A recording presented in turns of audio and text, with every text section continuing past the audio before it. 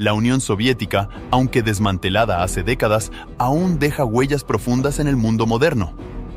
Desde su papel crucial en la Segunda Guerra Mundial hasta su colapso en los años 1990, fue una superpotencia implacable que personificaba el comunismo, gobernada por el miedo y la agresividad en sus políticas y operaciones.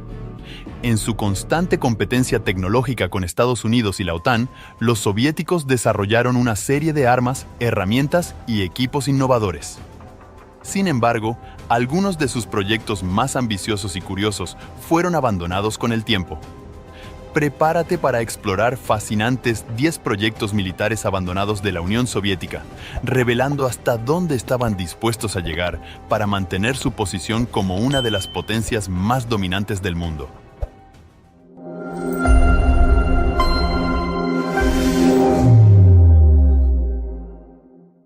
Número 10. El 1K-17 Shati. Algunos podrían pensar que las armas y equipos que mostraré son herramientas comprensibles que la Unión Soviética intentaba desarrollar, no en el reino de la fantasía o la ciencia ficción. Pero estarían equivocados. De hecho, intentaban empujar los límites de la ciencia muchas veces, y el 1K-17 Shati es un ejemplo de ello. Fue concebido como un tanque láser real, y aquí está el detalle. No era solo un tanque real, sino operativo como un arma que los soviéticos tenían a finales de los años 1980 y principios de los años 1990. Sin embargo, antes de pensar, oh bueno, tenían láseres rusos de muerte, hay que recordar que no todos los láseres son iguales. Sí, debido a películas de ciencia ficción como Star Wars y Star Trek, podríamos pensar en láseres como rayos de energía destinados a causar graves daños a una nave enemiga o a la persona sobre la que son disparados. Pero en el caso de este tanque, también conocido como compresión, el tipo de láser utilizado estaba diseñado para destruir electrónicos a larga distancia. Más específicamente, estaba destinado a dañar equipos ópticos y tecnología de espionaje a unos 10 kilómetros de distancia. Los láseres estaban dispuestos en 2 filas de 6 en el frente de la torreta y eran alimentados por un motor separado en la parte trasera.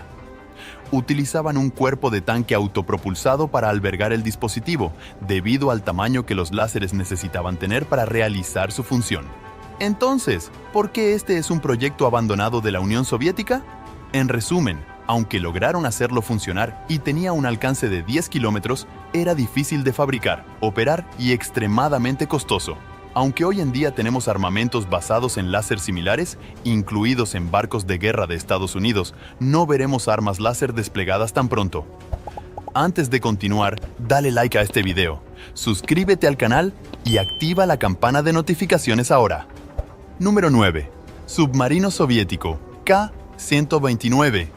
Desde la Primera Guerra Mundial, los submarinos no solo fueron armas de guerra viables, sino también cruciales para proteger las fronteras y destruir embarcaciones enemigas que se acercaran demasiado. Con esto en mente, los rusos estaban decididos a construir una flota de submarinos una vez que adquirieran nuevas capacidades. Uno de ellos era el submarino soviético K-129, diseñado para ser un tipo especial de submarino capaz de lanzar un misil balístico si fuera necesario, apuntando a Estados Unidos u otro objetivo. Hoy en día, submarinos de este tipo están en todas partes y tanto Estados Unidos como Rusia los poseen, pero en los años 1960, cuando este fue desplegado, diremos que era un poco más difícil hacerlos funcionar de lo que se podría imaginar. Inicialmente, el submarino diésel eléctrico funcionó bien y tuvo varios lanzamientos de prueba exitosos, pero en su última misión en 1968 se hundió. Peor aún, no solo se hundió, sino que se perdió en el mar. La flota soviética fue enviada para intentar recuperarlo, lo que atrajo mucha atención de Estados Unidos, que realizó una operación paralela para encontrarlo en la década de 1970. Aunque los estadounidenses localizaron primero el submarino, no lograron recuperarlo completamente, principalmente porque estaba a 5 kilómetros bajo la superficie. Varios otros submarinos se perdieron en la década de 1960 en Rusia, mostrando que sus nuevos modelos necesitaban algunos ajustes. Número 8. Submarino Typhoon. Este siguiente caso es interesante porque es otro ejemplo de algo que fue construido y tuvo éxito, pero que no fue aprovechado completamente después de ese éxito. Como mencioné anteriormente, los submarinos se convirtieron en una parte crucial de la guerra una vez que fueron introducidos, y los soviéticos querían tener los suyos. Eventualmente, decidieron construir el submarino más grande jamás hecho, el submarino de la clase Typhoon. ¿Pero qué tan grande era? Bueno, era lo suficientemente grande como para albergar una tripulación de aproximadamente 160 personas y permanecer sumergido durante meses sin problemas. Además, tenía una capacidad de desplazamiento masiva y funcionaba con energía nuclear. Entonces, ¿por qué querían un submarino tan grande? Simplemente porque era otro intento de crear una embarcación para el lanzamiento de misiles balísticos, y tuvieron bastante éxito con eso. Se construyeron 6 submarinos de la clase Typhoon entre 1976 y 1985, lo cual es un número considerable, aunque no exactamente una flota. Y aquí está la vuelta de tuerca. Aunque fueron utilizados por Rusia durante mucho tiempo, finalmente fueron desactivados. Se intentaron modernizar, pero fracasaron por varias razones. Eran submarinos realmente costosos, y podrían haber construido submarinos más pequeños y eficaces por mucho menos. A veces, más grande no siempre es mejor. Número 7. Buria.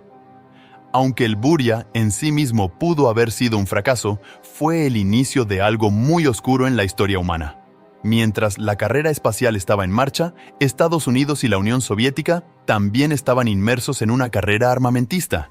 Querían acumular la mayor cantidad de armas posible para prepararse para lo que creían que sería la verdadera Tercera Guerra Mundial. Las armas atómicas y nucleares eran una de las mayores preocupaciones, pero pronto surgió la idea de los misiles balísticos intercontinentales, y el Buria fue uno de los primeros intentos de la URSS para hacer que esto sucediera. A pesar de su eventual fracaso, comenzó de manera prometedora con un alcance de más de 6.000 kilómetros, una capacidad de carga masiva y una velocidad de vuelo de aproximadamente Mach 3. Entonces, ¿qué pasó con él?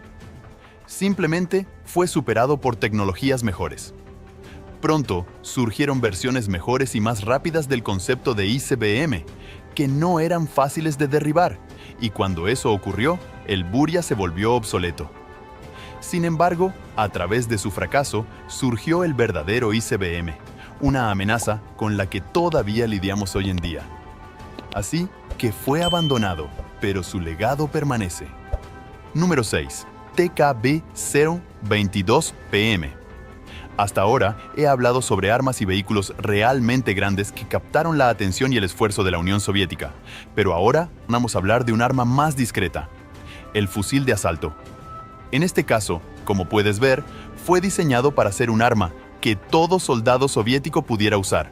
Sí, habría combates en el agua y a distancia con misiles, pero el combate cuerpo a cuerpo todavía ocurre hoy en día, y los soviéticos siempre quisieron las mejores armas para sus soldados. Irónicamente, fue un diseñador alemán quien desarrolló el arma, que cumplió muchas de las expectativas impuestas por la Unión Soviética. Podía ser empuñado por una sola persona, independientemente de su mano dominante, y tenía gran precisión. Aunque estos fusiles de asalto funcionaron bien, fueron rechazados por el ejército soviético por considerarse demasiado radicales en ese momento. Además, había preocupaciones sobre el desplazamiento del centro de gravedad hacia la parte trasera del arma y la durabilidad del revestimiento de plástico del arma durante operaciones prolongadas en condiciones difíciles o almacenamiento. A veces, ser un buen arma simplemente no es suficiente. Número 5. El tanque volador. Los tanques son otro tipo de vehículo que ha sido utilizado en la guerra durante mucho tiempo, pero también son uno de los más difíciles de desplegar, ya que necesitas transportarlos por mar desde un barco o conducirlos hasta la posición de batalla, y no son precisamente rápidos. Es por eso que la Unión Soviética tuvo la idea conocida como el tanque volador. Intentaron varias formas de hacerlo funcionar, desde simplemente dejarlos caer en el campo de batalla hasta usar paracaídas y, finalmente, construir una estructura deslizante para que pudieran flotar sin esfuerzo hasta el suelo, separarse de la estructura y comenzar la batalla.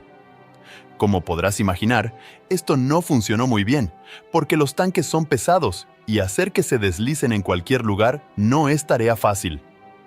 Ciertamente, no existe ningún tanque volador hoy en día. Número 4. El tanque de rosca. Este siguiente tanque es un ejemplo clásico de intentar ser muy creativo con un problema y realmente hacerlo funcionar, solo para que nadie realmente invierta en él. Como se mencionó antes, si colocas un tanque en el tipo equivocado de terreno, se hundirá o quedará atascado, convirtiéndose en un enorme peso muerto si no puedes sacarlo. Y como la mayoría de los tanques tienen orugas, esto no es algo fácil de solucionar.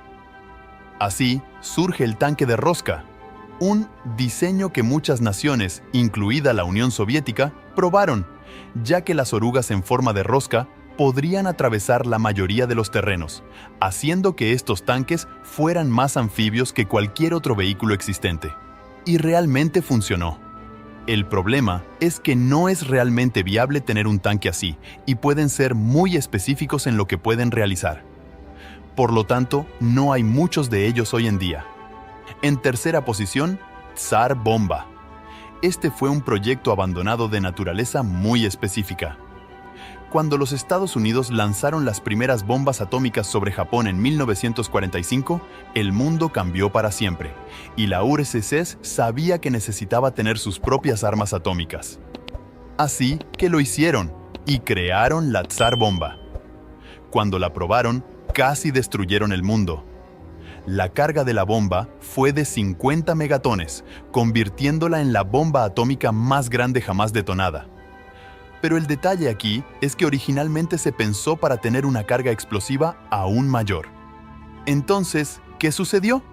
Los científicos soviéticos se dieron cuenta y comprendieron que si probaban con una carga explosiva aún mayor, podrían potencialmente destruir toda la atmósfera y acabar con el planeta, o simplemente podrían haberlo explotado completamente.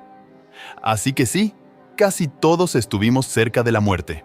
Afortunadamente, nunca volvieron a fabricar una bomba como esa, y estamos agradecidos por su prudencia. En segunda, Tupolev Tu-95LAL. Voy a dar un respiro a los soviéticos en este caso, porque todas las naciones después de la Segunda Guerra Mundial estaban intentando crear algún tipo de avión experimental para obtener una ventaja sobre sus rivales, y el Tupolev fue fácilmente una de las ideas más únicas que tuvieron. ¿Cómo así? Bueno, este no era solo un avión masivo, sino uno que sería propulsado por un reactor nuclear.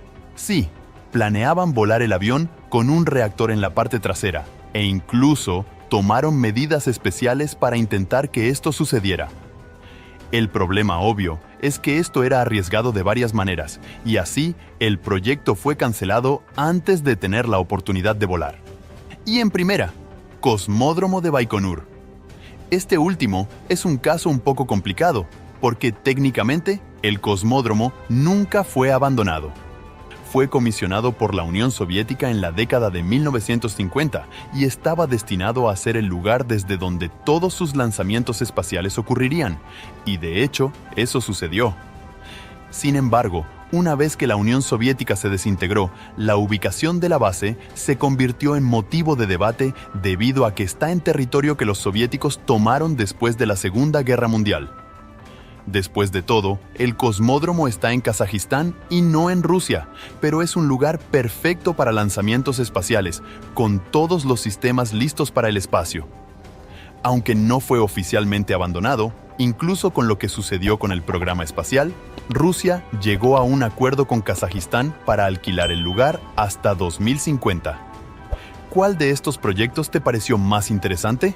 Tal vez conozcas otra arma militar de la Unión Soviética que estaban intentando hacer realidad. Cuéntanos todo en la sección de comentarios abajo.